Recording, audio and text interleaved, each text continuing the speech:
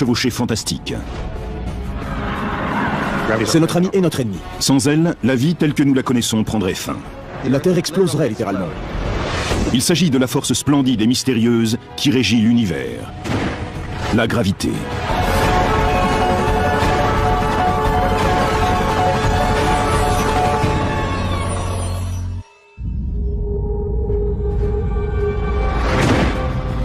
La gravité ou gravitation est omniprésente dans l'univers. Elle agit à tous les niveaux, du plus grand au plus modeste. Au quotidien et dans les situations extrêmes. Un surfeur en a besoin pour réussir ses figures. Quand on chevauche une vague et qu'on s'apprête à glisser vers l'avant, on utilise la poussée de la gravité. C'est notre force d'accélération.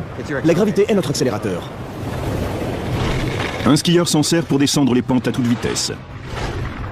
Un snowboarder en a besoin pour sauter le plus haut possible. Elle agit sur tout ce qui possède une masse, y compris nous, 24 heures sur 24, que nous dormions ou que nous soyons debout. Sur Terre, la gravité nous attire en permanence vers le centre de la planète, à la vitesse de 9,75 mètres par seconde carrée. Dans un parc d'attractions, la gravitation est l'énergie galactique qui fait rugir les wagonnets des montagnes russes et hurler les voyageurs. La gravité de la Terre nous attire donc vers le sol. Et c'est ce qui nous permet d'aller vraiment très vite.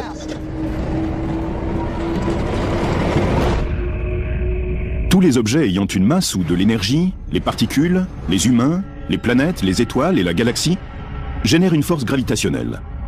Omnipotente et omniprésente, elle attire, gouverne, déforme, produit, fait et défait toute la matière et la masse que l'on trouve dans l'univers. Elle est partout, elle agit sur tout, même à de très grandes distances. Rien ne peut lui échapper. C'est la gravité qui maintient ensemble notre système solaire. La gravité, c'est ce qui nous retient sur Terre, ce qui nous empêche de nous envoler. C'est la colle cosmique qui maintient ensemble toute la matière de l'univers. Imaginons que nous ayons 2 dés. On les dispose parfaitement immobiles au milieu de l'espace, à une distance d'1 centimètre l'un de l'autre. Au bout d'une heure ou deux, on peut observer que les 2 dés se sont rapprochés doucement et ils finissent par se toucher. C'est la gravitation qui a fabriqué notre monde. Le Soleil forme un nuage de gaz géant, contracté par la gravité. Sur Terre, de la même manière, grâce à l'attraction gravitationnelle, de petites particules se sont formées, puis ont grandi peu à peu pour former un objet plus important. Mais lorsque l'on parle de puissance gravitationnelle, la masse et la distance ont aussi leur importance. Elle dépend de la masse de chaque objet, de la quantité de matière à l'intérieur de chaque objet. Elle est proportionnelle au produit des 2 masses. En d'autres termes, plus un objet est gros, plus il attire d'autres objets. Mais ce n'est pas tout. Elle est inversement proportionnelle au carré de la distance qui les sépare. Autrement dit, si l'on double la distance entre 2 objets, la force d'attraction est réduite à 1/4 de ce qu'elle était. Le pouvoir d'attraction de la gravité lui permet de diriger le mouvement et les déplacements de n'importe quelle matière contenue dans l'univers, quelle que soit sa masse. Il y a les galaxies par exemple qui tournent les unes autour des autres, et les amas de galaxies en orbite autour d'une masse centrale commune.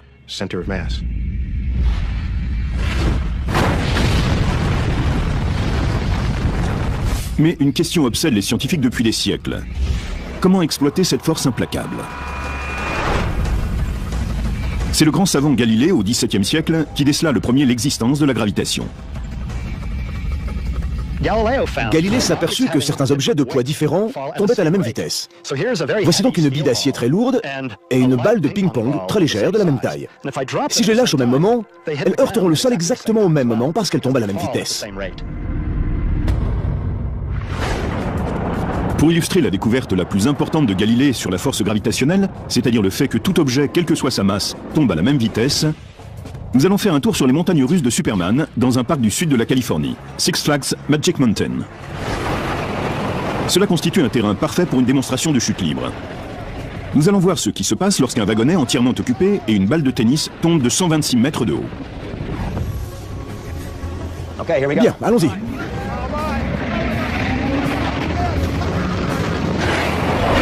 Les passagers sont lancés de cette tour de 41 étages à une vitesse de 160 km/h. La gravité leur permet, s'ils gardent les yeux grands ouverts, d'apercevoir leur super-héros. Bon, je vais la lâcher maintenant. Elle tombe, elle tombe. Oh mon Dieu! Cette fois, le vent a emporté la balle. On s'attendait à ce que tous les objets tombent librement, sans rapport avec leur poids. Mais à cause du vent, les résultats ne sont pas entièrement satisfaisants. Très bien.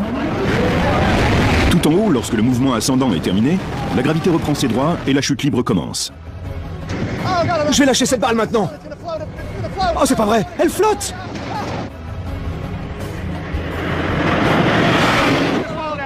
Et pendant quelques secondes délicieuses, ces amateurs d'attraction se retrouvent en état d'apesanteur, comme s'ils étaient délivrés de la gravité, dans un état que les scientifiques appellent aussi l'impesanteur, ou en anglais 0G. Bien, on y va.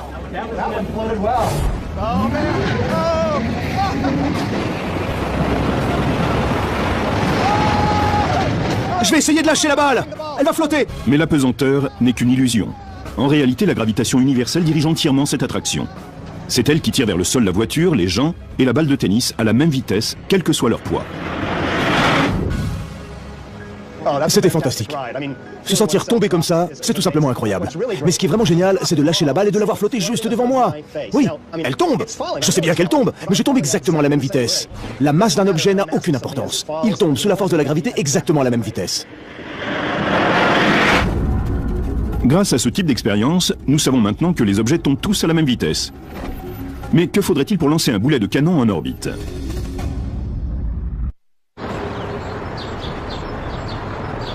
Quand le célèbre physicien britannique Isaac Newton vit tomber une pomme, qui selon certains heurta sa tête, le monde changea.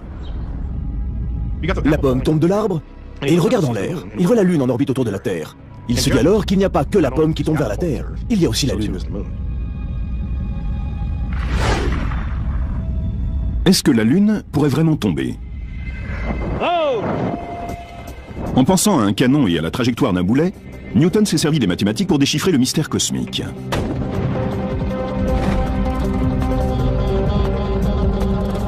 Il le révèle dans son œuvre magistrale, Principia Mathematica, parue en 1686.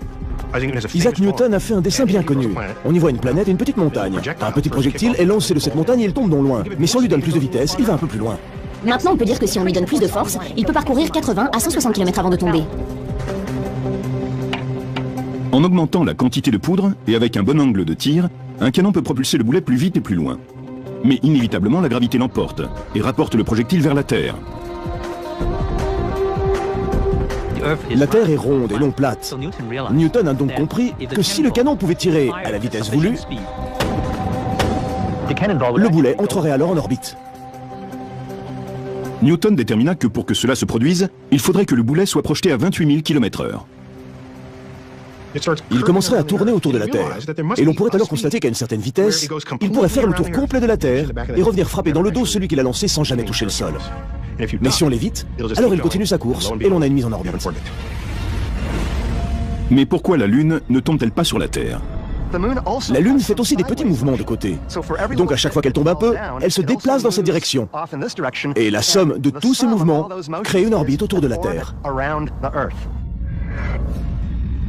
Newton a aussi compris que la Terre était entraînée dans une chute vertigineuse vers le Soleil. La gravitation ouvre la voie sur laquelle notre planète tourne autour du Soleil dans un manège cosmique permanent. Newton a déchiffré le mystère de la gravitation. Aujourd'hui encore, les physiciens utilisent ces découvertes pour résoudre toutes sortes de problèmes. Certains sont plus étranges que d'autres. Par exemple, que se passerait-il si on essayait de traverser la Terre de part en part par le biais d'un tunnel ? Dans cette étrange configuration, il faudrait tracer un tunnel rectiligne à travers la Terre et utiliser la gravité pour y propulser un voyageur. On pourrait l'appeler le Gravity Express. Supposons qu'il existe un tel tunnel et que l'on plonge dedans. Tout d'abord, la Terre nous attirerait vers le bas, vers son centre. On se précipiterait donc dans cette direction, mais dès qu'on dépasserait le centre et qu'on arriverait de l'autre côté, la force gravitationnelle de la Terre essaierait de nous retenir, de nous freiner. La gravitation a donc une fonction de freinage. Il n'y aurait aucun danger à se propulser par ce trou de l'autre côté de la Terre. La vitesse de lancement serait incroyable, mais finalement on atteindrait la surface en ralentissant jusqu'à l'arrêt complet. On y serait en 42 minutes. Quelles que soient les deux villes reliées par ce tunnel, le voyage durerait 42 minutes. Le trajet Los Angeles-Paris se ferait en 42 minutes. Et si l'on voulait aller de Los Angeles à Tokyo, il faudrait aussi 42 minutes. Peu importe le chemin pris pour traverser la Terre, le voyage durerait toujours 42 minutes. Ce sont les théories de Newton qui ont permis de comprendre comment cela fonctionnait. Si l'on voulait relier Los Angeles à New York en creusant un tunnel, évidemment celui-ci ne pourrait être rectiligne. Il devrait décrire une courbe. Or, la courbe ralentirait la vitesse de descente. Mais comme la distance est plus courte, si l'on rassemble ces deux paramètres, vitesse et longueur moindre, les deux s'annulent. Et on y est en 42 minutes. Quel que soit le chemin que l'on adopte, cela prendrait 42 minutes. C'est génial. Newton a compris l'effet de la gravitation, mais il a fallu le génie d'Albert Einstein pour comprendre pourquoi il en était ainsi. Einstein s'est rendu compte que la gravitation était provoquée par d'énormes objets, comme les étoiles et les planètes, tordant littéralement l'espace même. Telle une immense feuille de plastique, l'espace se courbe quand des objets massifs s'y installent. Einstein a émis l'idée que le chemin parcouru par les planètes autour de leurs étoiles, leur orbite, était un effet direct de cette courbure de l'espace. Il a dit qu'une orbite était en fait une ligne droite. Quand un objet tombe en chute libre, il se déplace de façon rectiligne dans l'espace-temps. Mais la courbure de l'espace transforme son parcours en une orbite elliptique fermée. C'est l'espace-temps qui la replie sur elle-même.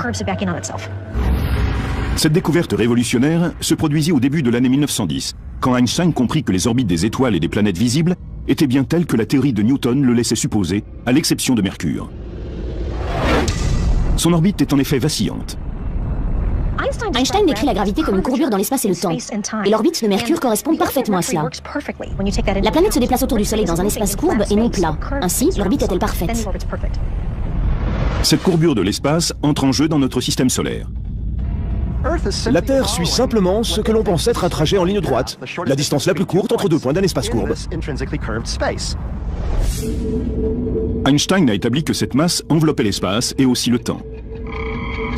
Einstein déclara que dorénavant, les physiciens ne pourraient plus parler d'espace et de temps séparément, mais d'espace-temps, comme un élément unique. La notion d'interaction entre l'espace et le temps est perturbante lorsqu'on l'entend pour la première fois. Mais si on prend le temps d'y penser, c'est en fait assez clair. Si je veux un rendez-vous avec quelqu'un, je ne vais pas lui dire simplement « on se retrouve à 3 heures ». Il n'y a pas assez d'informations. Il y a forcément une question qui suit. Où ? Si je dis « je te retrouve chambre 203 », la question sera « quand ?» À chaque fois que l'on entre en interaction avec quelqu'un d'autre, on a besoin d'un moment et d'un lieu. La découverte par Einstein de la courbure de l'espace et du fait que le temps et l'espace étaient étroitement liés constitue aujourd'hui la définition de la gravité. Résoudre ces secrets a permis à l'homme d'échapper à ses chaînes terrestres et d'explorer l'univers. Mais comment les futurs astronautes pourront-ils survivre aux effets négatifs de l'apesanteur sur la longue route qui mène à Mars ?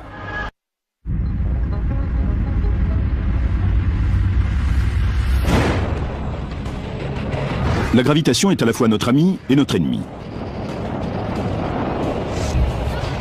C'est la force redoutable qui propulse les skieurs au pied des montagnes et les surfeurs dans les airs. Un snowboarder avec un bon élan peut l'espace d'un instant avoir la sensation d'être délivré de la force gravitationnelle terrestre. On est en fait plus léger lorsqu'on saute. La période d'apesanteur est déterminée par la durée de la trajectoire. Elle est fonction de la vitesse. Si bien que le snowboarder qui prend un bon élan peut rester 1, 2, voire 3 secondes en apesanteur. Mais au bout du compte, la gravité l'emporte, et le snowboarder, comme le boulet de canon, finira à terre. Le snowboarder retombe en chute libre quand il quitte le tremplin et suit sa trajectoire. Exactement comme un boulet de canon qui traverse l'air. Sa trajectoire est déterminée uniquement par sa vitesse et la force de gravité. Ce qui se passe ensuite à l'atterrissage est une autre histoire. Mais que se passerait-il si un snowboarder essayait d'aller encore plus haut? Que se passerait-il s'il voulait vaincre la force de gravitation et se propulser hors de la planète? Vous voulez quitter la Terre? À jamais? Notre planète possède ce qu'on appelle une vitesse de libération. La vitesse magique au-delà de laquelle on quitte la Terre pour toujours, sans aucun retour possible. La vitesse de libération, vitesse minimum que n'importe quel objet doit atteindre pour quitter la Terre, est d'environ 11 km par seconde, c'est-à-dire 40 000 km à l'heure. En théorie, un snowboarder avec suffisamment d'élan et orienté dans la bonne direction peut s'envoler telle une fusée. Vouloir échapper à la gravitation terrestre n'est peut-être pas très réaliste pour un snowboarder, mais il a été prouvé que l'on pouvait lancer ainsi les gens comme des projectiles en orbite. On peut donc quitter le système. Il faut juste assez d'énergie pour y arriver. On a développé suffisamment de techniques pour aller jusqu'à la Lune, et on espère continuer et aller sur Mars, et au-delà. Pour aller sur Mars et au-delà, il faudra contrôler les énergies de la force gravitationnelle, comme on le fait à chaque fois que l'on cherche à atteindre le grand frisson dans les sports extrêmes. La gravitation nous offre deux types d'énergie. Une énergie potentielle et une énergie cinétique. La première n'est que de l'énergie stockée. Mais la seconde est le résultat de tout ce que contient l'énergie potentielle. Ce phénomène fonctionne comme les montagnes russes. Lorsqu'on se hisse au sommet d'une colline, l'énergie potentielle est accrue. On a plus d'énergie au sommet qu'au pied des montagnes russes. Ce n'est pas simplement une notion étrange et abstraite, on possède réellement plus d'énergie au sommet. Et celle-ci se transforme en vitesse, en énergie cinétique, lorsqu'on descend la pente dans les wagonnets. Très bientôt, j'aurai transformé mon énergie potentielle en cinétique! Quand un surfeur atteint ce point sur une vague, il utilise les deux types d'énergie. La NASA utilise également ce principe d'échange d'énergie pour accroître la vitesse de ses vaisseaux. Quand un vaisseau spatial approche l'orbite d'une planète, lui aussi rassemble son énergie cinétique au détriment de l'énergie potentielle. Puis, pendant qu'il fait le tour de la planète, le vaisseau dans son trajet cosmique est comme sous l'effet d'un lance-pierre qui le pousse vers l'avant en lui imprimant davantage d'énergie cinétique. Lorsque le vaisseau voyageur a visité Jupiter en 1979-1980, il a dépassé la planète qu'il a attirée en lui donnant un mouvement supplémentaire, comme par un effet de lance-pierre, ce qui n'a pas seulement changé sa direction. Il a en effet été dirigé vers Saturne, mais cela a aussi augmenté sa vitesse. En sachant utiliser la force gravitationnelle, l'homme pourra voyager plus loin et traverser plus rapidement l'univers. Les formules physiques et la technologie ne constituent qu'une des phases préparatoires nécessaires aux voyages intersidéraux. Entraîner les hommes aux rigueurs de l'espace en est une autre. Loin de l'attraction gravitationnelle de la Terre, dans un vaisseau spatial parti pour un long voyage vers Mars par exemple, les futurs astronautes devront apprendre à étudier, à vivre, à travailler et à jouer dans un environnement dépourvu de toute gravité terrestre. Un endroit où ils sentiront effectivement l'apesanteur et où tous les objets se déplaceront librement et de la même façon. L'une des manières agréables d'expérimenter le frisson de l'astronaute et le bouleversement que représente un voyage spatial, c'est de simuler un vol en apesanteur. Je suis vraiment impatient, ça va être une expérience incroyable! En embarquant dans ce Boeing 727 spécialement modifié pour tester l'apesanteur, l'astrophysicien Alex Filippenko s'apprête à vivre l'expérience de sa vie. C'est comme une balle que l'on lance en l'air. Elle est plus légère puisqu'elle est en chute libre. Donc je flotterai et il n'y aura pas de sol pour me retenir. Le vol en apesanteur, ou vol 0G comme Zero Gravity, se déroule à une altitude comprise entre 7000 et 10 000 pieds, quasiment comme pour un vol commercial. Il suit une route à travers la stratosphère qui ressemble à celle des montagnes russes. Comme l'attraction de Magic Mountain, l'avion Super 0G développe son énergie potentielle en s'élevant selon un angle de 45 degrés. Les passagers sentent alors leur poids augmenter. La gravité se mesure en termes de force G. Un G représente la gravité que nous ressentons à la surface de la Terre. Bien, je vais m'allonger un peu et me tenir prêt. L'avion s'élève peu à peu, la gravité augmente et les passagers se sentent de plus en plus lourds. L'avion accélère jusqu'à environ 1,8 G. Au maximum. Quand l'avion approche du sommet de sa trajectoire, il ralentit et retombe en chute libre avec ses passagers. 0G arrive! Quelle sensation indescriptible! C'est dingue! Je suis en apesanteur! Voilà ce que ressent un astronaute! La trajectoire de l'avion génère de moins en moins de poids en décrivant une série d'arcs paraboliques. Bien qu'ils soient à l'intérieur de la cabine, les passagers en apesanteur tombent en chute libre vers la Terre, comme des parachutistes. Mais qu'est-ce qui crée cette sensation de légèreté? On en revient à Galilée qui avait démontré que tous les objets tombaient à la même vitesse. Ainsi, quand l'avion et ses passagers tombent en chute libre vers le sol, ils se maintiennent dans leur même position respective. Et c'est pourquoi ils se sentent si légers.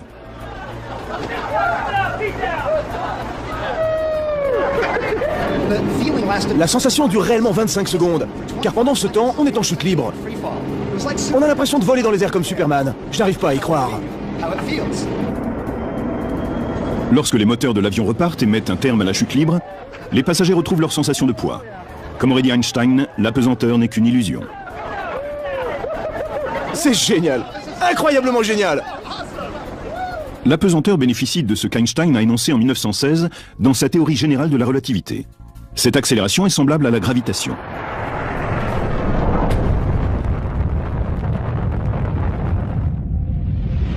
Lorsque l'on est poussé vers le haut par une fusée ou un avion 0G, la force G que l'on expérimente est la même que celle que l'on ressent sous l'action de la gravité d'un objet massif comme une planète. La gravité et l'accélération créent donc la même sensation. C'est ainsi que les passagers d'un vol 0G peuvent ressentir la même chose qu'un astronaute et expérimenter les joies de l'apesanteur.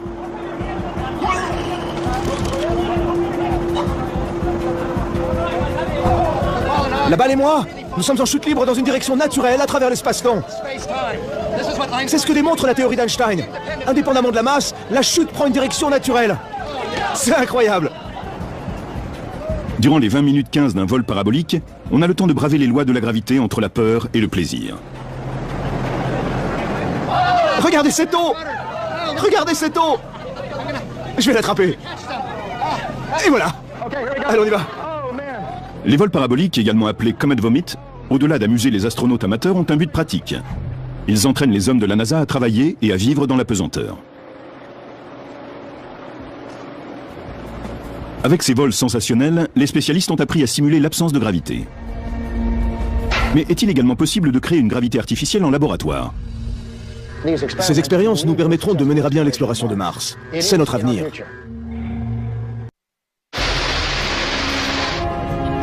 En cette aube du XXIe siècle, nous avons déjà franchi les frontières de la gravité et échappé à l'attraction terrestre. La prochaine étape consistera à concevoir les technologies qui nous permettront de voyager, de travailler et de vivre sur d'autres planètes extraterrestres. Nous avons accumulé assez de savoir-faire au cours de nos voyages vers la Lune. Grâce à ces progrès technologiques, l'humanité est à l'aube d'une nouvelle ère dans l'exploration de l'espace. Le voyage vers Mars commence ici, dans notre laboratoire du MIT. La gravité artificielle pourrait être une façon de contrôler les effets négatifs de la pesanteur. Depuis l'avènement de l'ère spatiale, les scientifiques sont soucieux de minimiser les risques et les effets néfastes de la pesanteur. Au début, la question était celle de la survie de l'homme. Nous ne savions même pas à l'époque d'Apollo comment les astronautes réagiraient après quelques heures dans l'espace. Nous nous posions beaucoup de questions sur la capacité humaine à contrôler un véhicule après avoir été exposé un long moment à la pesanteur. Une mission sur Mars exigerait que les astronautes partent pour au moins 2 ou 3 ans. La structure du corps humain n'est tout simplement pas conçue pour un environnement sans gravitation. L'architecture de nos corps a été conçue de manière à supporter notre poids malgré les forces gravitationnelles. La gravité détermine la façon dont notre système cardiovasculaire réagit. Lorsque nous passons de la position allongée à la position debout, un système régulateur permet au sang de réagir contre les forces gravitationnelles. L'expérience a montré que la vie en apesanteur durant de longues périodes menait à une perte osseuse, une dégradation musculaire et à une coagulation du sang.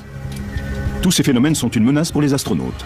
Les ingénieurs de la NASA et du MIT testent un système de centrifugeuses individuelles qui pourrait atténuer les risques. Cela protège leur cœur, leurs os, leurs muscles. Avec ces premiers tests, nous avons toutes les raisons de croire que la gravité artificielle, obtenue par un court rayon centrifuge, pourrait être l'antidote universel pour protéger les astronautes au cours d'un voyage vers Mars. Comme dans les attractions, quand on fait tourner un sujet, il se crée une force G. Au MIT, durant les entraînements, pour éviter le mal de mer, les astronautes s'exercent à garder leur tête droite. Si l'on fait effectuer à quelqu'un 30 révolutions par minute, la centrifugeuse communique au sujet une force d'un G, c'est-à-dire l'équivalent de celle qui nous fait tenir debout sur Terre. Les scientifiques espèrent que le voyage sur Mars deviendra un jour une réalité. Ils pensent qu'il devrait y avoir à bord du vaisseau une centrifugeuse adaptée. Pour retrouver la gravité terrestre, les astronautes du XXIe siècle pourraient passer 1 heure par jour dans cette machine. Vous y allez chaque jour pour un court moment, et vous tournez assez vite, vous faites vos tours comme à la gym. Vous faites vos exercices, votre entraînement, et ainsi vous prenez votre potion tonique de force G, votre dose de gravité. Bien que le voyage sur Mars ne soit pas encore pour aujourd'hui, l'astrophysicien et skieur Lawrence Young rêve de plonger dans la gravité libératrice de Mars. Car à la surface de la planète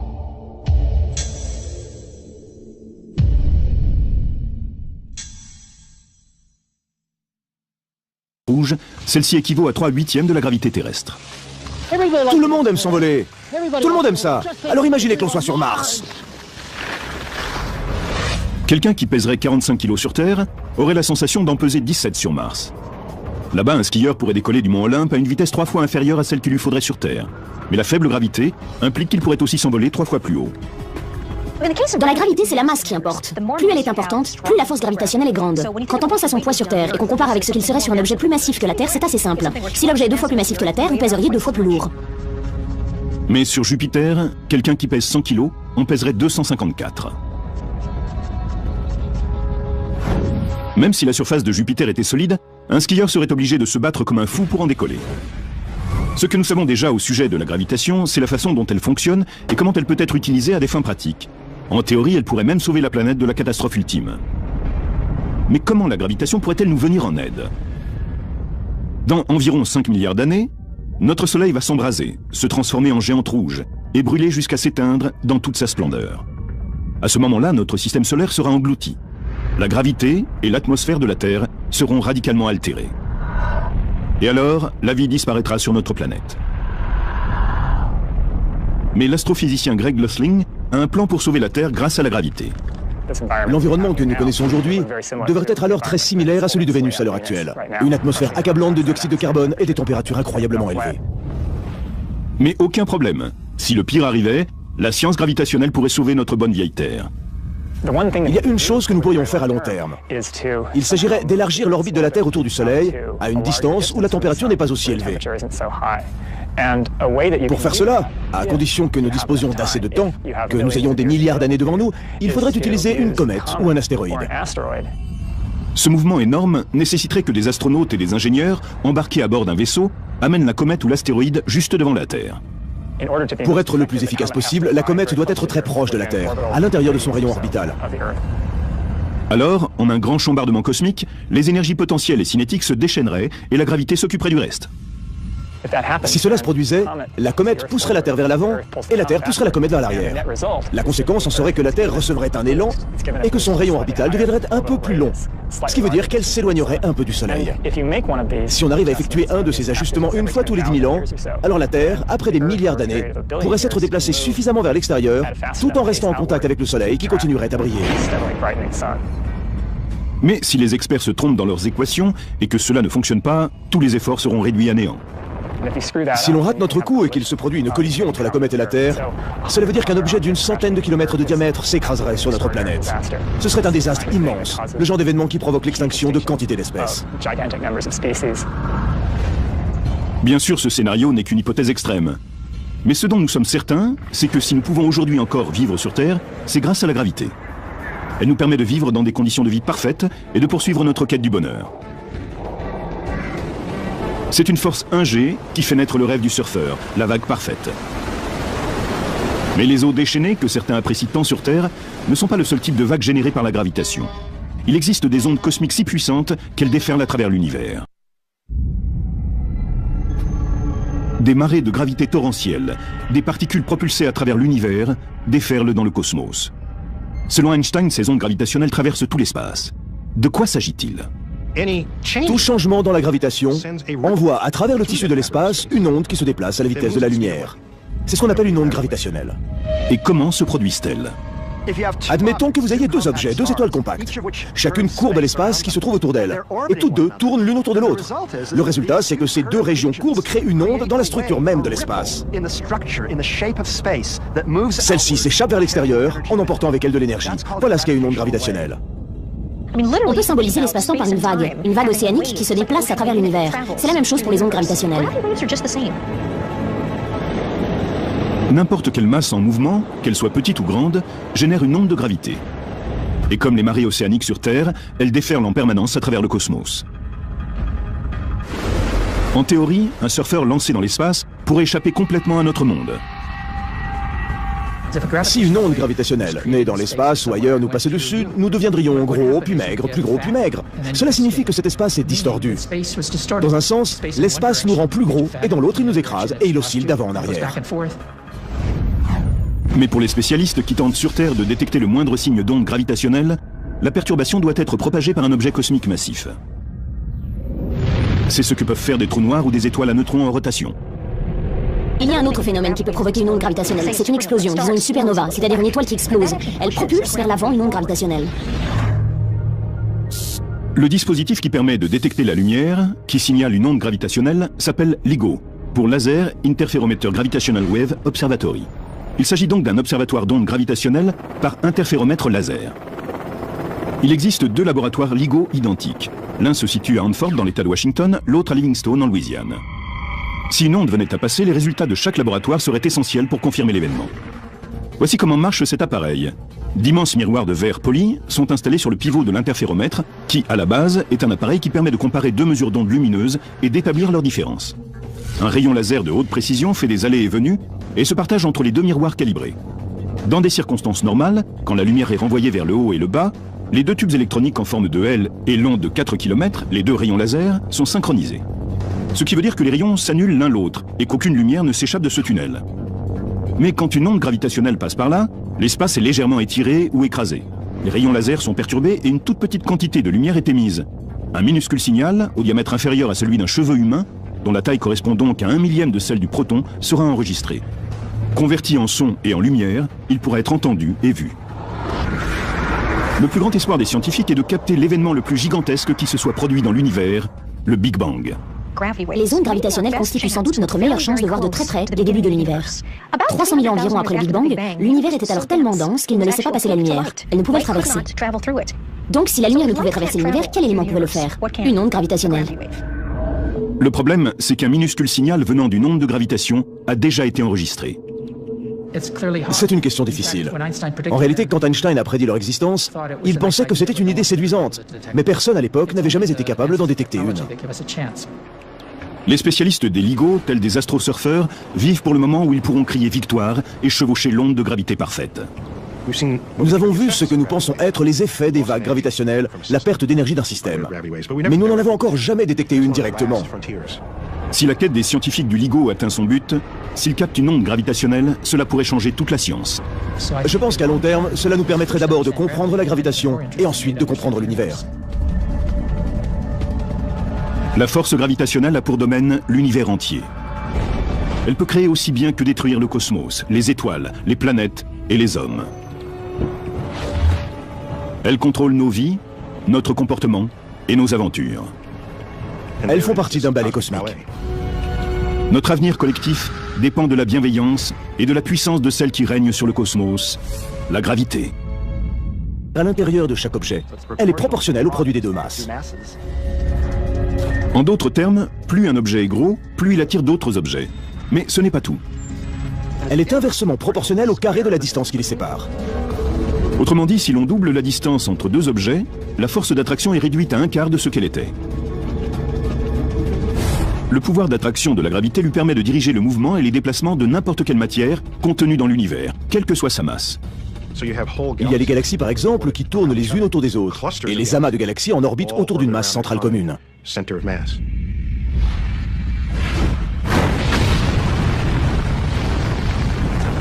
Mais une question obsède les scientifiques depuis des siècles.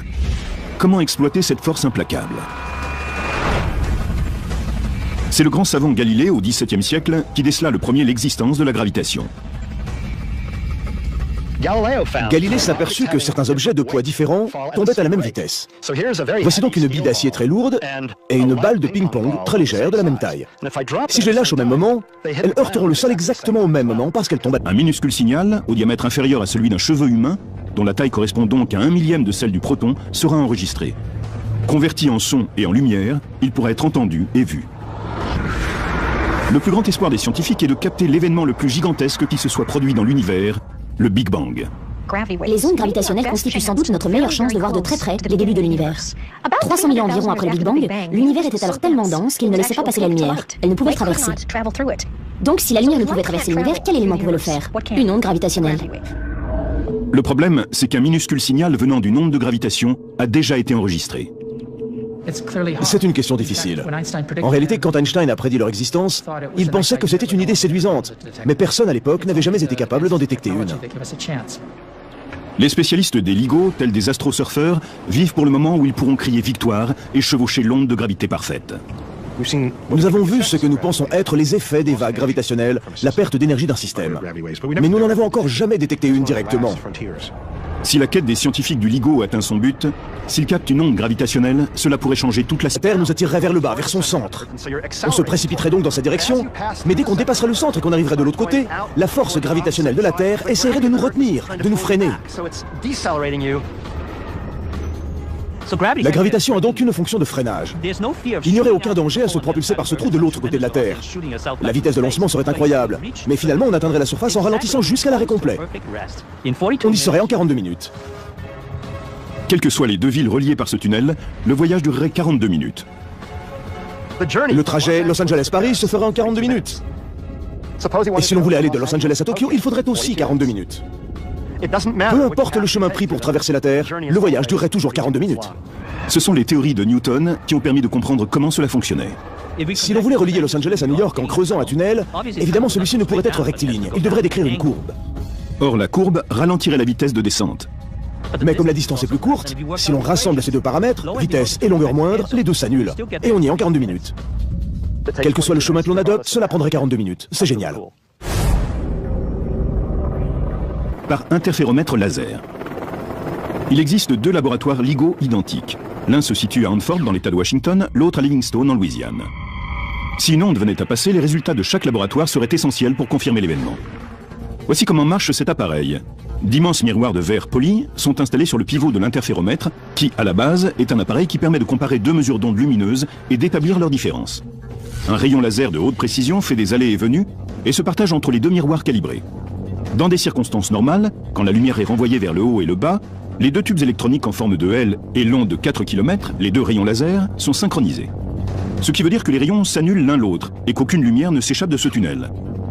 Mais quand une onde gravitationnelle passe par là, l'espace est légèrement étiré ou écrasé. Les rayons laser sont perturbés et une toute petite quantité de lumière est émise. Un minuscule signal, au diamètre inférieur à celui d'un cheveu humain, dont la taille correspond donc à 1/1000 de celle du proton, sera enregistré. Converti en son et en lumière, il pourra être entendu et vu. Le plus grand espoir des scientifiques est de capter l'événement le plus gigantesque qui se soit produit dans l'univers, le Big Bang. Les ondes. En pensant à un canon et à la trajectoire d'un boulet, Newton s'est servi des mathématiques pour déchiffrer le mystère cosmique.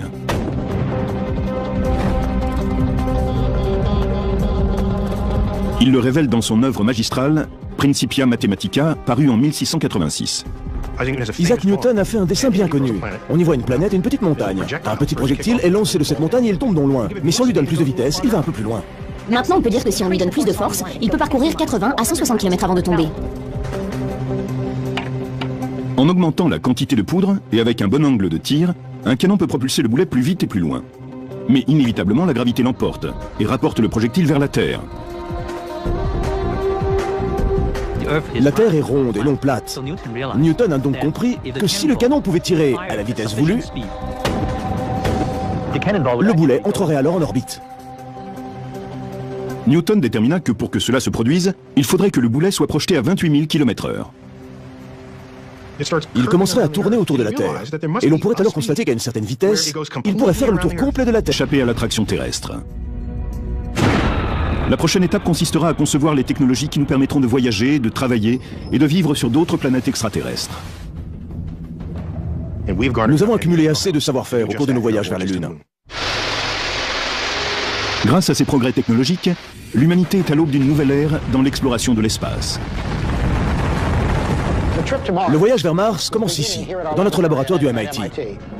La gravité artificielle pourrait être une façon de contrôler les effets négatifs de la pesanteur.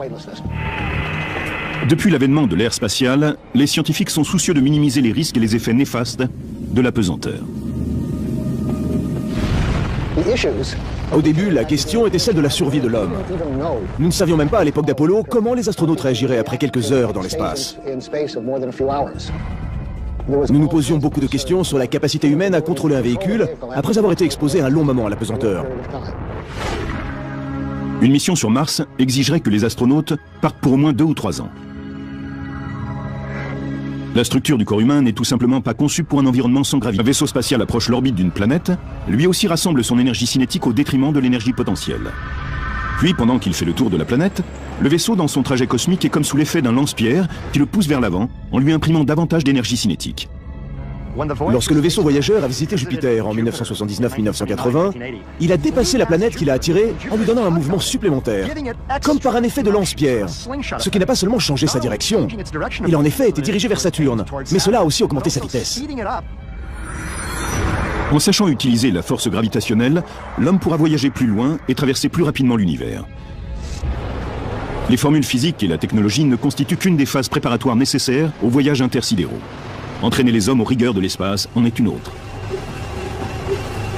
Loin de l'attraction gravitationnelle de la Terre, dans un vaisseau spatial parti pour un long voyage vers Mars par exemple, les futurs astronautes devront apprendre à étudier, à vivre, à travailler et à jouer dans un environnement dépourvu de toute gravité terrestre. Un endroit où ils sentiront effectivement l'apesanteur et où tous les objets se déplaceront librement et de la même façon. L'une des manières agréables d'expérimenter le frisson de l'astronaute est le voler 3 fois plus haut.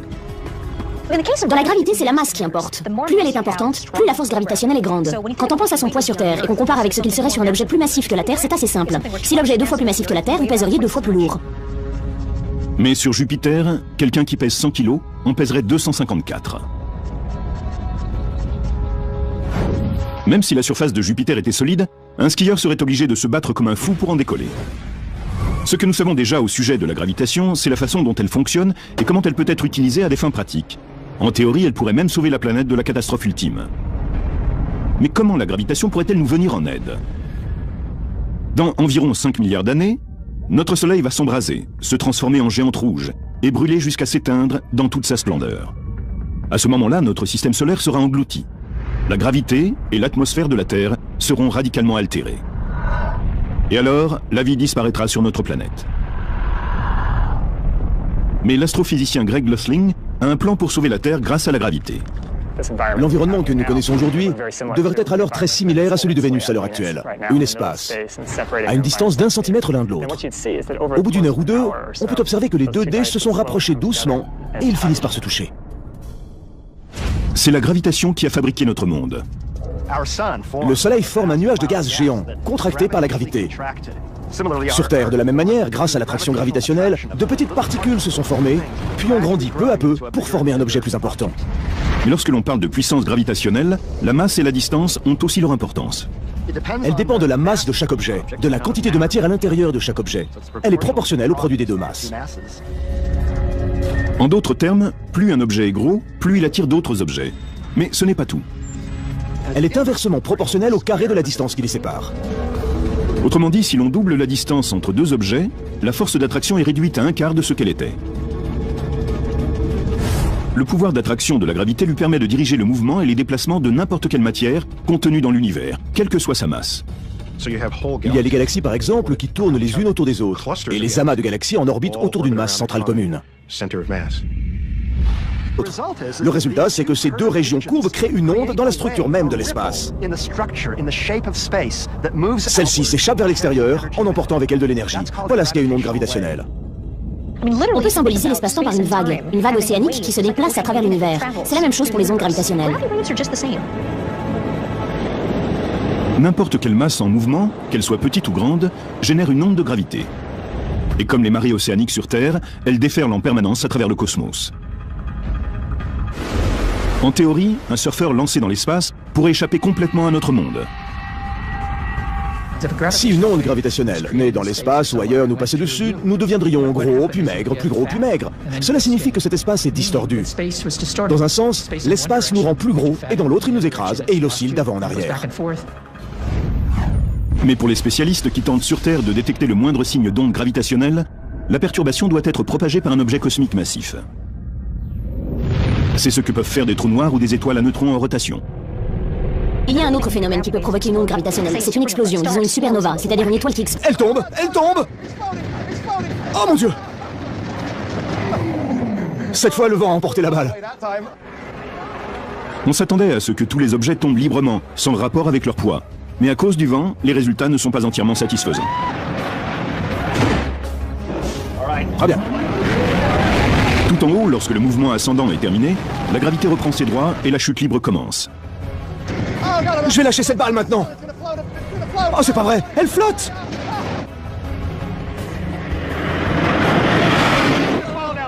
Et pendant quelques secondes délicieuses, ces amateurs d'attraction se retrouvent en état d'apesanteur, comme s'ils étaient délivrés de la gravité, dans un état que les scientifiques appellent aussi l'impesanteur, ou en anglais 0G.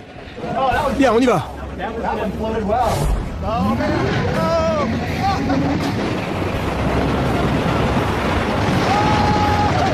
Je vais essayer de lâcher la balle. Elle va flotter. Mais l'apesanteur n'est qu'une illusion. En réalité, la gravitation universelle dirige entièrement cette attraction. C'est elle qui tire vers le sol la voiture, les gens et la balle de tennis à la même vitesse, quel que soit leur poids. Terre, ce qui nous empêche de nous envoler.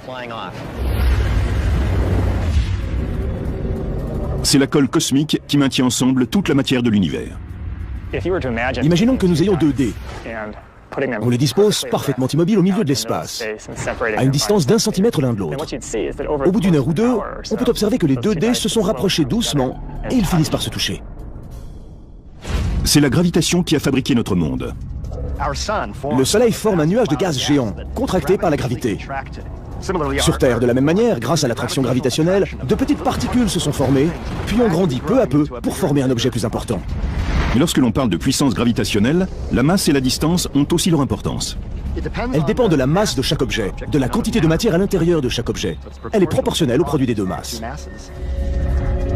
En d'autres termes, plus un objet est gros, plus il attire d'autres objets. Mais ce n'est pas tout. Elle est inversement proportionnelle au carré de la distance qui les sépare. Autrement dit, si l'on double la distance entre deux objets, la force d'attraction est réduite à un quart de ce qu'elle était. Le pouvoir d'attraction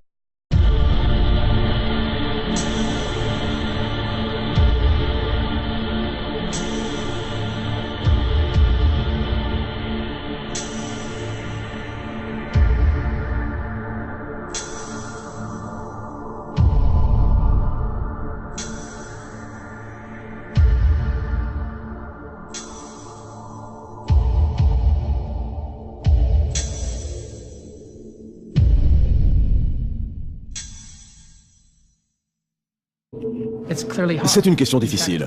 En réalité, quand Einstein a prédit leur existence, il pensait que c'était une idée séduisante, mais personne à l'époque n'avait jamais été capable d'en détecter une. Les spécialistes des LIGO, tels des astrosurfeurs, vivent pour le moment où ils pourront crier victoire et chevaucher l'onde de gravité parfaite. Nous avons vu ce que nous pensons être les effets des vagues gravitationnelles, la perte d'énergie d'un système. Mais nous n'en avons encore jamais détecté une directement.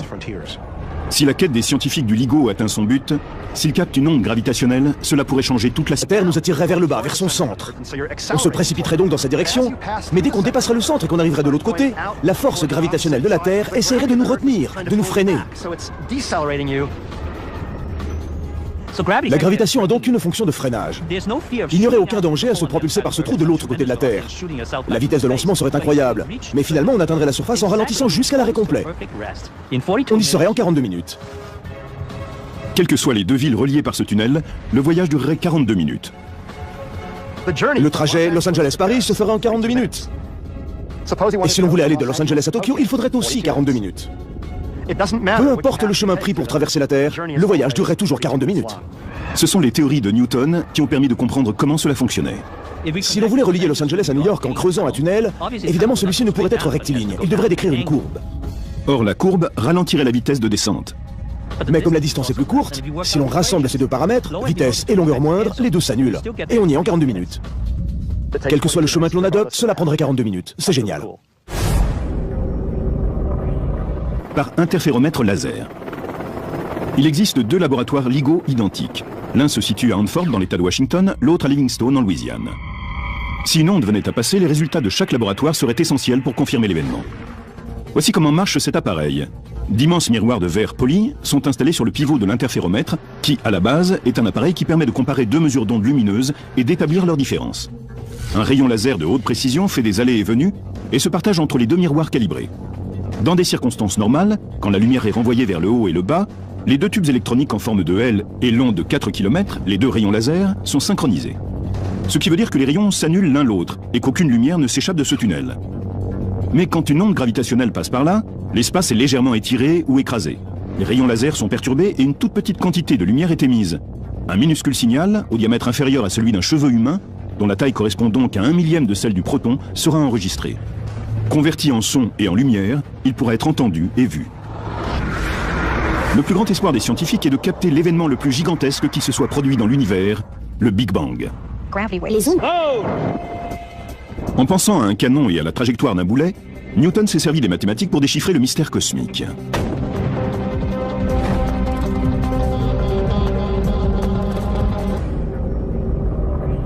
Newton a compris l'effet de la gravitation, mais il a fallu le génie d'Albert Einstein pour comprendre pourquoi il en était ainsi. Einstein s'est rendu compte que la gravitation était provoquée par d'énormes objets, comme les étoiles et les planètes, tordant littéralement l'espace même. Telle une immense feuille de plastique, l'espace se courbe quand des objets massifs s'y installent. Einstein a émis l'idée que le chemin parcouru par les planètes autour de leurs étoiles, leur orbite, était un effet direct de cette courbure de l'espace. Il a dit qu'une orbite était en fait une ligne droite. Quand un objet tombe en chute libre, il se déplace de façon rectiligne dans l'espace-temps.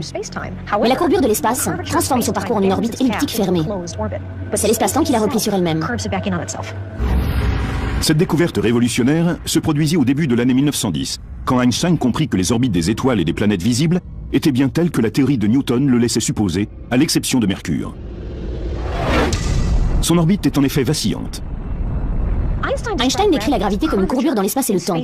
Et l'orbite de Mercure correspond parfaitement à cela. La planète se déplace autour du Soleil dans un espace courbe et non plat. Ainsi, l'orbite est-elle parfaite? Cette courbure de l'espace entre en jeu dans notre système solaire. La Terre suit simplement ce que l'on pense être un trajet en ligne droite, la distance la plus courte entre deux points d'un espace courbe. Einstein a établi que cette masse enveloppait l'espace et aussi le temps. Einstein déclara que dorénavant, les physiciens ne pourraient plus parler d'espace et de temps séparément, mais d'espace-temps, comme un élément unique. La notion d'interaction entre l'espace et le temps est perturbante lorsqu'on l'entend pour la première fois. Mais si on prend le temps d'y penser, c'est en fait assez clair. Si je veux un rendez-vous avec quelqu'un, je ne vais pas lui dire simplement « on se retrouve à 3 heures ». Il n'y a pas assez d'informations. Il y a forcément une question qui suit. Où? Si je dis « je te retrouve chambre 203 », la question sera « quand ?» À chaque fois que l'on entre en interaction avec quelqu'un d'autre, on a besoin d'un moment et d'un lieu. La découverte par Einstein de la courbure de l'espace et du fait que le temps et l'espace étaient étroitement liés constitue aujourd'hui la définition de la gravité.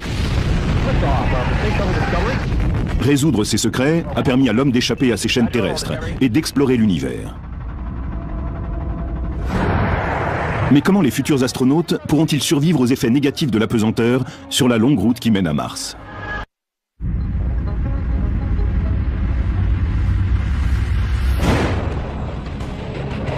La gravitation est à la fois notre ami et notre ennemi. C'est la force redoutable qui propulse les skieurs au pied des montagnes et les surfeurs dans les airs. Un snowboarder avec un bon élan peut l'espace d'un instant avoir la sensation d'être délivré de la force gravitationnelle terrestre. On est en fait plus léger lorsqu'on saute. La période d'apesanteur est déterminée par la durée de la trajectoire. Elle est fonction de la vitesse. Si bien que le snowboarder qui prend un bon élan peut rester 1, 2, voire 3 secondes. Pour trouver la gravité terrestre, les astronautes du XXIe siècle pourraient passer 1 heure par jour dans cette machine. Vous y allez chaque jour pour un court moment, et vous tournez assez vite, vous faites vos tours comme à la gym. Vous faites vos exercices, votre entraînement, et ainsi vous prenez votre potion tonique de force G, votre dose de gravité. Bien que le voyage sur Mars ne soit pas encore pour aujourd'hui, l'astrophysicien et skieur Lawrence Young rêve de plonger dans la gravité libératrice de Mars. Car à la surface de la planète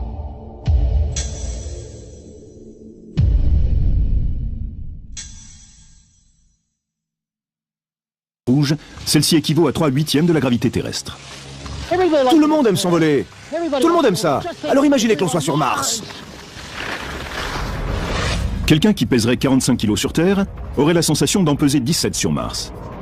Là-bas, un skieur pourrait décoller du mont Olympe à une vitesse 3 fois inférieure à celle qu'il lui faudrait sur Terre. Mais la faible gravité implique qu'il pourrait aussi s'envoler 3 fois plus haut. Dans la gravité, c'est la masse qui importe. Plus elle est importante, plus la force gravitationnelle est grande. Quand on pense à son poids sur Terre et qu'on compare avec ce qu'il serait sur un objet plus massif que la Terre, c'est assez simple. Si l'objet est 2 fois plus massif que la Terre, vous pèseriez 2 fois plus lourd.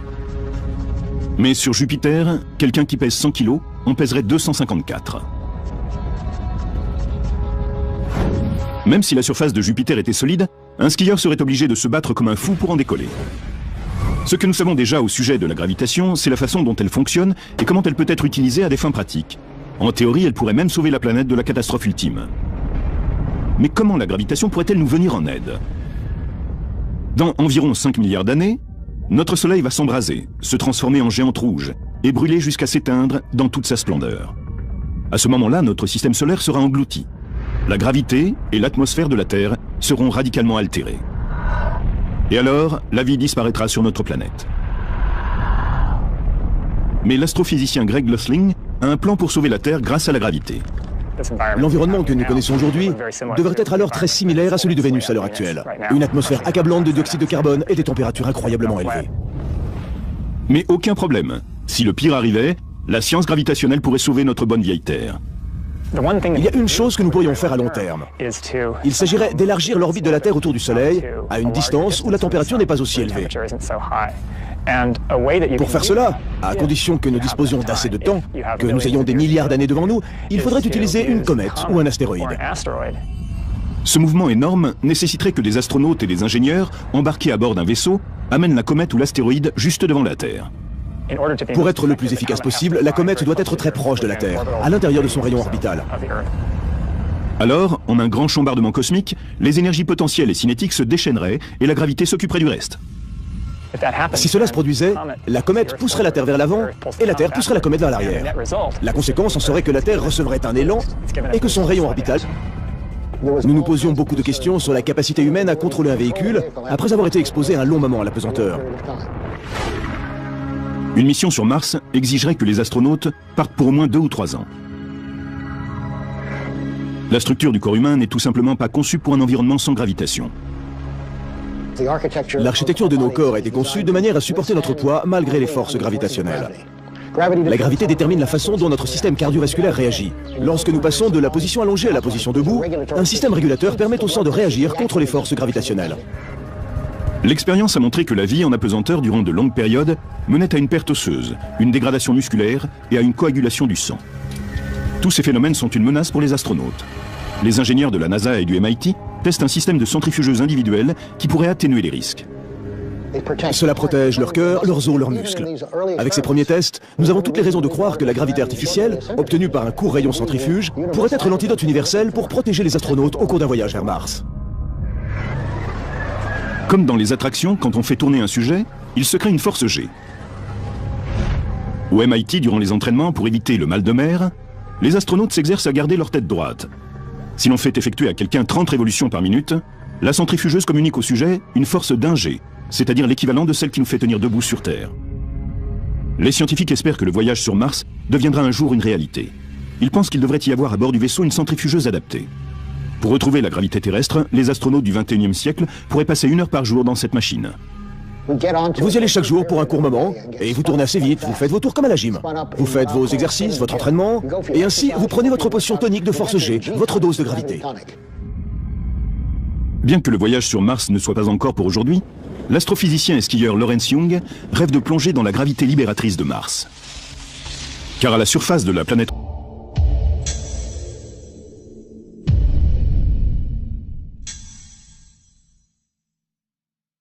rouge, celle-ci équivaut à 3/8 de la gravité terrestre.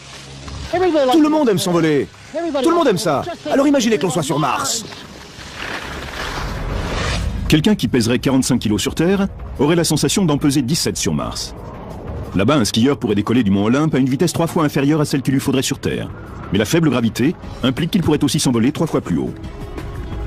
Dans la gravité, c'est la masse qui importe. Plus elle est importante, plus la force gravitationnelle est grande. Quand on pense à son poids sur Terre et qu'on compare avec ce qu'il serait sur un objet plus massif que la Terre, c'est assez simple. Si l'objet est 2 fois plus massif que la Terre, vous pèseriez 2 fois plus lourd. Mais sur Jupiter, quelqu'un qui pèse 100 kg en pèserait 254. Même si la surface de Jupiter était solide, un skieur serait obligé de se battre comme un fou pour en décoller. Ce que nous savons déjà au sujet de la gravitation, c'est la façon dont elle fonctionne et comment elle peut être utilisée à des fins pratiques. En théorie, elle pourrait même sauver la planète technologique. L'humanité est à l'aube d'une nouvelle ère dans l'exploration de l'espace. Le voyage vers Mars commence ici, dans notre laboratoire du MIT. La gravité artificielle pourrait être une façon de contrôler les effets négatifs de la pesanteur. Depuis l'avènement de l'ère spatiale, les scientifiques sont soucieux de minimiser les risques et les effets néfastes de la pesanteur. Au début, la question était celle de la survie de l'homme. Nous ne savions même pas à l'époque d'Apollo comment les astronautes réagiraient après quelques heures dans l'espace. Nous nous posions beaucoup de questions sur la capacité humaine à contrôler un véhicule après avoir été exposé un long moment à la pesanteur. Une mission sur Mars exigerait que les astronautes partent pour au moins 2 ou 3 ans. La structure du corps humain n'est tout simplement pas conçue pour un environnement sans gravitation. L'architecture de nos corps a été conçue de manière à supporter notre poids malgré les forces gravitationnelles. La gravité détermine la façon dont notre système cardiovasculaire réagit. Lorsque nous passons de la position allongée à la position debout, un système régulateur permet au sang de réagir contre les forces gravitationnelles. L'expérience a montré que la vie en apesanteur durant de longues périodes menait à une perte osseuse, une dégradation musculaire et à une coagulation du sang. Tous ces phénomènes sont une menace pour les astronautes. Les ingénieurs de la NASA et du MIT testent un système de centrifugeuses individuelles qui pourrait atténuer les risques. Cela protège leur cœur, leurs os, leurs muscles. Avec ces premiers tests, nous avons toutes les raisons de croire que la gravité artificielle, obtenue par un court rayon centrifuge, pourrait être l'antidote universel pour protéger les astronautes au cours d'un voyage vers Mars. Comme dans les attractions, quand on fait tourner un sujet, il se crée une force G. Au MIT, durant les entraînements, pour éviter le mal de mer, les astronautes s'exercent à garder leur tête droite. Si l'on fait effectuer à quelqu'un 30 révolutions par minute, la centrifugeuse communique au sujet une force d'1 G, c'est-à-dire l'équivalent de celle qui nous fait tenir debout sur Terre. Les scientifiques espèrent que le voyage sur Mars deviendra un jour une réalité. Ils pensent qu'il devrait y avoir à bord du vaisseau une centrifugeuse adaptée. Pour retrouver la gravité terrestre, les astronautes du XXIe siècle pourraient passer 1 heure par jour dans cette machine. Vous y allez chaque jour pour un court moment, et vous tournez assez vite, vous faites vos tours comme à la gym. Vous faites vos exercices, votre entraînement, et ainsi vous prenez votre potion tonique de force G, votre dose de gravité. Bien que le voyage sur Mars ne soit pas encore pour aujourd'hui, l'astrophysicien et skieur Lawrence Young rêve de plonger dans la gravité libératrice de Mars. Car à la surface de la planète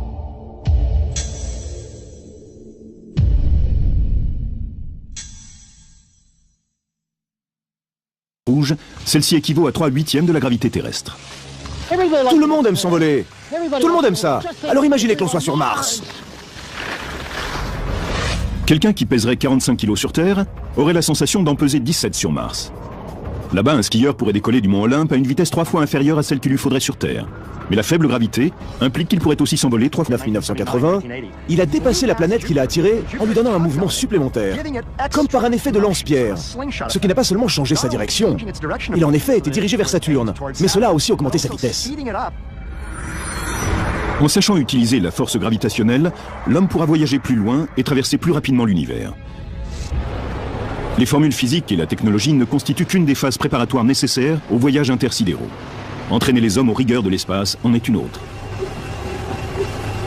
Loin de l'attraction gravitationnelle de la Terre, dans un vaisseau spatial parti pour un long voyage vers Mars par exemple, les futurs astronautes devront apprendre à étudier, à vivre, à travailler et à jouer dans un environnement dépourvu de toute gravité terrestre. Un endroit où ils sentiront effectivement l'apesanteur et où tous les objets se déplaceront librement et de la même façon. L'une des manières agréables d'expérimenter le frisson de l'astronaute et le bouleversement que représente un voyage spatial, c'est de simuler un vol en apesanteur. Je suis vraiment impatient, ça va être une expérience incroyable.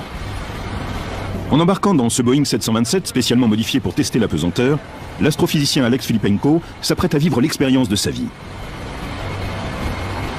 C'est comme une balle que l'on lance en l'air. Elle est plus légère puisqu'elle est en chute libre.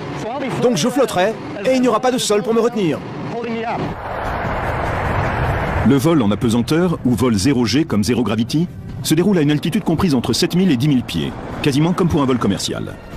Il suit une route à travers la stratosphère qui ressemble à celle des montagnes russes.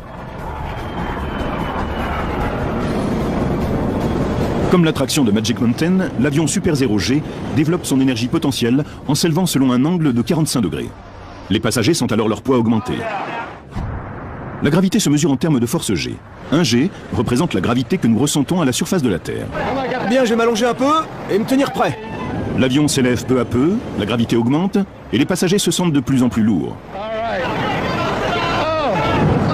L'avion accélère jusqu'à environ 1,8 G. Au maximum. Quand l'avion approche du sommet de sa trajectoire, il ralentit et retombe en chute libre avec ses passagers. 0G arrive! Quelle sensation indescriptible! C'est dingue! Je suis en apesanteur! Voilà ce que ressent un astronaute! La trajectoire de l'avion génère de moins en moins de poids en décrivant une série d'arcs paraboliques. Bien qu'ils soient à l'intérieur de la cabine, les passagers en apesanteur tombent en chute libre vers la Terre, comme des parachutistes. Mais qu'est-ce qui crée cette sensation de légèreté? On en revient à Galilée qui avait démontré que tous les objets tombaient à la même vitesse. Ainsi, quand l'avion et ses passagers tombent en chute libre vers le sol, ils se maintiennent dans leur même position respective. Et c'est pourquoi ils se sentent si légers. Newton détermina que pour que cela se produise, il faudrait que le boulet soit projeté à 28 000 km/h. Il commencerait à tourner autour de la Terre. Et l'on pourrait alors constater qu'à une certaine vitesse, il pourrait faire le tour complet de la Terre. Échapper à l'attraction terrestre. La prochaine étape consistera à concevoir les technologies qui nous permettront de voyager, de travailler et de vivre sur d'autres planètes extraterrestres. Nous avons accumulé assez de savoir-faire au cours de nos voyages vers la Lune. Grâce à ces progrès technologiques, l'humanité est à l'aube d'une nouvelle ère dans l'exploration de l'espace. Le voyage vers Mars commence ici, dans notre laboratoire du MIT. La gravité artificielle pourrait être une façon de contrôler les effets négatifs de la pesanteur. Depuis l'avènement de l'ère spatiale, les scientifiques sont soucieux de minimiser les risques et les effets néfastes de la pesanteur. Au début, la question était celle de la survie de l'homme. Nous ne savions même pas à l'époque d'Apollo comment les astronautes réagiraient après quelques heures dans l'espace. Nous nous posions beaucoup de questions sur la capacité humaine à contrôler un véhicule après avoir été exposé un long moment à la pesanteur. Une mission sur Mars exigerait que les astronautes partent pour au moins 2 ou 3 ans. La structure du corps humain n'est tout simplement pas conçue pour un environnement sans gravité. Un vaisseau spatial approche l'orbite d'une planète, lui aussi rassemble son énergie cinétique au détriment de l'énergie potentielle. Puis, pendant qu'il fait le tour de la planète, le vaisseau dans son trajet cosmique est comme sous l'effet d'un lance-pierre qui le pousse vers l'avant en lui imprimant davantage d'énergie cinétique. Lorsque le vaisseau voyageur a visité Jupiter en 1979-1980, il a dépassé la planète qu'il a attirée en lui donnant un mouvement supplémentaire, comme par un effet de lance-pierre, ce qui n'a pas seulement changé sa direction. Il a en effet été dirigé vers Saturne, mais cela a aussi augmenté sa vitesse. En sachant utiliser la force gravitationnelle, l'homme pourra voyager plus loin et traverser plus rapidement l'univers. Les formules physiques et la technologie ne constituent qu'une des phases préparatoires nécessaires aux voyages intersidéraux. Entraîner les hommes aux rigueurs de l'espace en est une autre. Loin de l'attraction gravitationnelle de la Terre, dans un vaisseau spatial parti pour un long voyage vers Mars par exemple, les futurs astronautes devront apprendre à étudier, à vivre, à travailler et à jouer dans un environnement dépourvu de toute gravité terrestre. Un endroit où ils sentiront effectivement l'apesanteur et où tous les objets se déplaceront librement et de la même façon. L'une des manières agréables d'expérimenter le frisson de l'astronaute est le voler 3 fois plus haut. Dans la gravité, c'est la masse qui importe. Plus elle est importante, plus la force gravitationnelle est grande. Quand on pense à son poids sur Terre et qu'on compare avec ce qu'il serait sur un objet plus massif que la Terre, c'est assez simple. Si l'objet est 2 fois plus massif que la Terre, vous pèseriez 2 fois plus lourd. Mais sur Jupiter, quelqu'un qui pèse 100 kg en pèserait 254. Même si la surface de Jupiter était solide, un skieur serait obligé de se battre comme un fou pour en décoller. Ce que nous savons déjà au sujet de la gravitation, c'est la façon dont elle fonctionne et comment elle peut être utilisée à des fins de se déplaçant librement et de la même façon. L'une des manières agréables d'expérimenter le frisson de l'astronaute est le voler 3 fois plus haut. Dans la gravité, c'est la masse qui importe. Plus elle est importante, plus la force gravitationnelle est grande. Quand on pense à son poids sur Terre et qu'on compare avec ce qu'il serait sur un objet plus massif que la Terre, c'est assez simple. Si l'objet est 2 fois plus massif que la Terre, vous pèseriez 2 fois plus lourd. Mais sur Jupiter, quelqu'un qui pèse 100 kg en pèserait 254. Même si la surface de Jupiter était solide, un skieur serait obligé de se battre comme un fou pour en décoller. Ce que nous savons déjà au sujet de la gravitation, c'est la façon dont elle fonctionne et comment elle peut être utilisée à des fins pratiques. En théorie, elle pourrait même sauver la planète de la catastrophe ultime. Mais comment la gravitation pourrait-elle nous venir en aide? Dans environ 5 milliards d'années, notre Soleil va s'embraser, se transformer en géante rouge et brûler jusqu'à s'éteindre dans toute sa splendeur. À ce moment-là, notre système solaire sera englouti. La gravité et l'atmosphère de la Terre seront radicalement altérées. Et alors, la vie disparaîtra sur notre planète. Mais l'astrophysicien Greg Luthling a un plan pour sauver la Terre grâce à la gravité. L'environnement que nous connaissons aujourd'hui devrait être alors très similaire à celui de Vénus à l'heure actuelle, une espace, à une distance d'1 centimètre l'un de l'autre. Au bout d'une heure ou deux, on peut observer que les 2 dés se sont rapprochés doucement et ils finissent par se toucher. C'est la gravitation qui a fabriqué notre monde. Le Soleil forme un nuage de gaz géant, contracté par la gravité. Sur Terre, de la même manière, grâce à l'attraction gravitationnelle, de petites particules se sont formées, puis ont grandi peu à peu pour former un objet plus important. Mais lorsque l'on parle de puissance gravitationnelle, la masse et la distance ont aussi leur importance. Elle dépend de la masse de chaque objet, de la quantité de matière à l'intérieur de chaque objet. Elle est proportionnelle au produit des 2 masses. En d'autres termes, plus un objet est gros, plus il attire d'autres objets. Mais ce n'est pas tout. Elle est inversement proportionnelle au carré de la distance qui les sépare. Autrement dit, si l'on double la distance entre 2 objets, la force d'attraction est réduite à 1/4 de ce qu'elle était. Le pouvoir d'attraction de la gravité lui permet de diriger le mouvement et les déplacements de n'importe quelle matière contenue dans l'univers, quelle que soit sa masse. Il y a les galaxies par exemple qui tournent les unes autour des autres, et les amas de galaxies en orbite autour d'une masse centrale commune. Le résultat, c'est que ces 2 régions courbes créent une onde dans la structure même de l'espace. Celle-ci s'échappe vers l'extérieur en emportant avec elle de l'énergie. Voilà ce qu'est une onde gravitationnelle. On peut symboliser l'espace-temps par une vague océanique qui se déplace à travers l'univers. C'est la même chose pour les ondes gravitationnelles. N'importe quelle masse en mouvement, qu'elle soit petite ou grande, génère une onde de gravité. Et comme les marées océaniques sur Terre, elle déferle en permanence à travers le cosmos. En théorie, un surfeur lancé dans l'espace pourrait échapper complètement à notre monde. Si une G représente la gravité que nous ressentons à la surface de la Terre. Bien, je vais m'allonger un peu et me tenir prêt. L'avion s'élève peu à peu, la gravité augmente et les passagers se sentent de plus en plus lourds. L'avion accélère jusqu'à environ 1,8 G. Au maximum. Quand l'avion approche du sommet de sa trajectoire, il ralentit et retombe en chute libre avec ses passagers. 0 G arrive.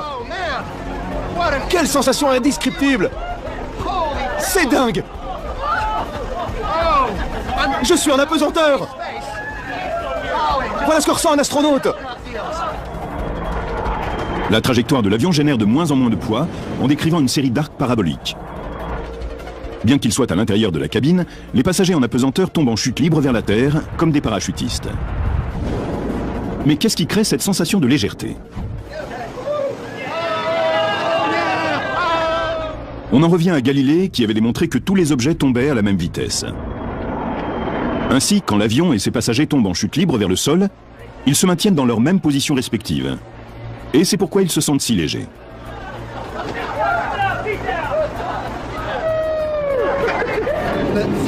La sensation dure réellement 25 secondes, car pendant ce temps, on est en chute libre.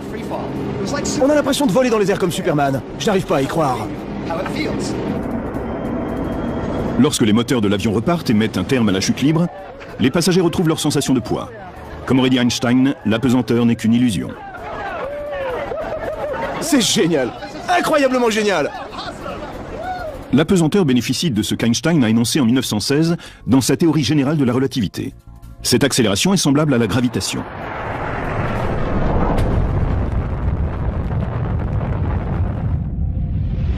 Lorsque l'on est poussé vers le haut par une fusée ou un avion 0G, la force G que l'on expérimente est la même que celle que l'on ressent sous l'action de la gravité d'un objet massif comme une planète. La gravité et l'accélération créent donc la même sensation. C'est ainsi que les passagers d'un vol 0G peuvent ressentir la même chose qu'un astronaute et expérimenter les joies de l'apesanteur.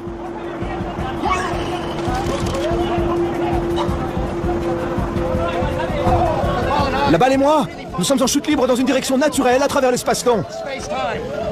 C'est ce que démontre la théorie d'Einstein. Indépendamment de la masse, la chute prend une direction naturelle. C'est incroyable. Durant les 20 minutes 15 d'un vol parabolique, on a le temps de braver les lois de la gravité entre la peur et le plaisir. Regardez cette eau! Regardez cette eau! Je vais l'attraper. Et voilà. Allez, on y va. Les vols paraboliques, également appelés Comet Vomit, au-delà d'amuser les astronautes amateurs, ont un but pratique. Mais sur Jupiter, quelqu'un qui pèse 100 kg en pèserait 254. Même si la surface de Jupiter était solide, un skieur serait obligé de se battre comme un fou pour en décoller. Ce que nous savons déjà au sujet de la gravitation, c'est la façon dont elle fonctionne et comment elle peut être utilisée à des fins pratiques. En théorie, elle pourrait même sauver la planète de la catastrophe ultime. Mais comment la gravitation pourrait-elle nous venir en aide? Dans environ 5 milliards d'années, notre Soleil va s'embraser, se transformer en géante rouge et brûler jusqu'à s'éteindre dans toute sa splendeur. À ce moment-là, notre système solaire sera englouti. La gravité et l'atmosphère de la Terre seront radicalement altérées. Et alors, la vie disparaîtra sur notre planète. Mais l'astrophysicien Greg Lossling a un plan pour sauver la Terre grâce à la gravité. L'environnement que nous connaissons aujourd'hui devrait être alors très similaire à celui de Vénus à l'heure actuelle. Une atmosphère accablante de dioxyde de carbone et des températures incroyablement élevées. Mais aucun problème. Si le pire arrivait, la science gravitationnelle pourrait sauver notre bonne vieille Terre. Il y a une chose que nous pourrions faire à long terme. Il s'agirait d'élargir l'orbite de la Terre autour du Soleil à une distance où la température n'est pas aussi élevée. Pour faire cela, à condition que nous disposions d'assez de temps, que nous ayons des milliards d'années devant nous, il faudrait utiliser une comète ou un astéroïde. Ce mouvement énorme nécessiterait que des astronautes et des ingénieurs, embarqués à bord d'un vaisseau, amènent la comète ou l'astéroïde juste devant la Terre. Pour être le plus efficace possible, la comète doit être très proche de la Terre, à l'intérieur de son rayon orbital. Alors, en un grand chambardement cosmique, les énergies potentielles et cinétiques se déchaîneraient et la gravité s'occuperait du reste. Si cela se produisait, la comète pousserait la Terre vers l'avant et la Terre pousserait la comète vers l'arrière. La conséquence en serait que la Terre recevrait un élan et que son rayon orbital deviendrait un peu plus long, ce qui veut dire qu'elle s'éloignerait un peu du Soleil. Si on arrive à effectuer un de ces ajustements une fois tous les 10 000 ans, alors la Terre, après des milliards d'années, pourrait s'être déplacée suffisamment vers l'extérieur, tout en restant en contact avec le Soleil qui continuerait à briller. Mais si les experts se trompent dans leurs équations et que cela ne fonctionne pas, tous les efforts seront réduits à néant. Si l'on rate notre coup et qu'il se produit une collision entre la comète et la Terre, cela veut dire qu'un objet d'une centaine de kilomètres de diamètre s'écraserait sur notre planète. Ce serait un désastre immense, le genre d'événement qui provoque l'extinction de quantité d'espèces. Bien sûr, ce scénario n'est qu'une hypothèse extrême. Mais ce dont nous sommes certains, c'est que si nous pouvons aujourd'hui encore vivre sur Terre, c'est grâce à la gravité. Elle nous permet de vivre dans des conditions de vie parfaites et de poursuivre notre quête du bonheur. C'est une force 1G qui fait naître le rêve du surfeur, la vague parfaite. Mais les eaux déchaînées que certains apprécient tant sur Terre ne sont pas le seul type de vague générée par la gravitation. Il existe des ondes cosmiques si puissantes qu'elles déferlent à travers l'univers. Des marées de gravité est venues et se partagent entre les deux miroirs calibrés. Dans des circonstances normales, quand la lumière est renvoyée vers le haut et le bas, les deux tubes électroniques en forme de L et long de 4 km, les deux rayons laser, sont synchronisés. Ce qui veut dire que les rayons s'annulent l'un l'autre et qu'aucune lumière ne s'échappe de ce tunnel. Mais quand une onde gravitationnelle passe par là, l'espace est légèrement étiré ou écrasé.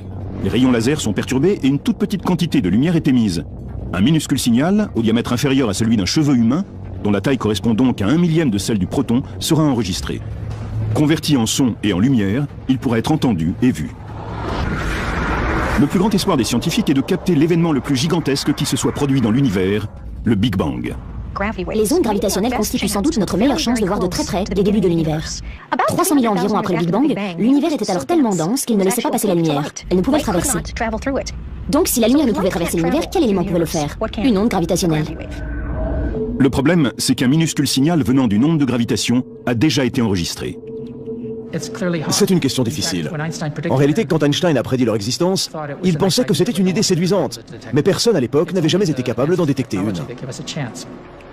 Les spécialistes des LIGO, tels des astrosurfeurs, vivent pour le moment où ils pourront crier victoire et chevaucher l'onde de gravité parfaite. Nous avons vu ce que nous pensons être les effets des vagues gravitationnelles, la perte d'énergie d'un système. Mais nous n'en avons encore jamais détecté une directement. Si la quête des scientifiques du LIGO atteint son but, s'ils captent une onde gravitationnelle, cela pourrait changer toute la science. Je pense qu'à long terme, cela nous permettrait d'abord de comprendre la gravitation et ensuite de comprendre l'univers. La force gravitationnelle a pour domaine l'univers entier. Elle peut créer aussi bien que détruire le cosmos, les étoiles, les planètes et les hommes. Elle contrôle nos vies, notre comportement et nos aventures. Elles font partie d'un ballet cosmique. Notre avenir collectif dépend de la bienveillance et de la puissance de celle qui règne sur le cosmos, la gravité. À l'intérieur de chaque objet, elle est proportionnelle au produit des deux masses.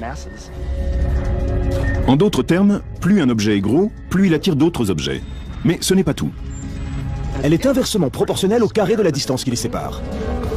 Autrement dit, si l'on double la distance entre deux objets, la force d'attraction est réduite à 1/4 de ce qu'elle était. Le pouvoir d'attraction de la gravité lui permet de diriger le mouvement et les déplacements de n'importe quelle matière contenue dans l'univers, quelle que soit sa masse. Il y a les galaxies par exemple qui tournent les unes autour des autres, et les amas de galaxies en orbite autour d'une masse centrale commune.